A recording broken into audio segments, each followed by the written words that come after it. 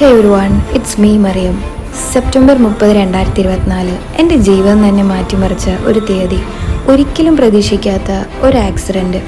ഒരൊറ്റ നിമിഷം കൊണ്ട് എൻ്റെ എല്ലാ ഫ്രീഡം തന്നെ നഷ്ടപ്പെട്ടു. ഫിസിക്കലായിട്ടുള്ള പെയിനേക്കാളും ഇമോഷണലി മെൻ്റലി ഞാൻ തളർന്നു പോയ മാസങ്ങൾ.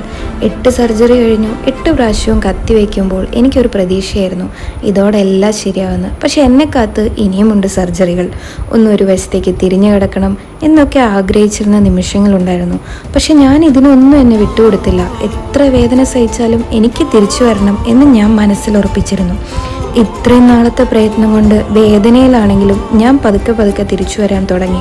എത്ര വേദനയിലാണെങ്കിലും എങ്ങനെയുള്ള അവസ്ഥയാണെങ്കിലും അത് നേരിടുക. വിജയം നമ്മളെ തേടി വരും.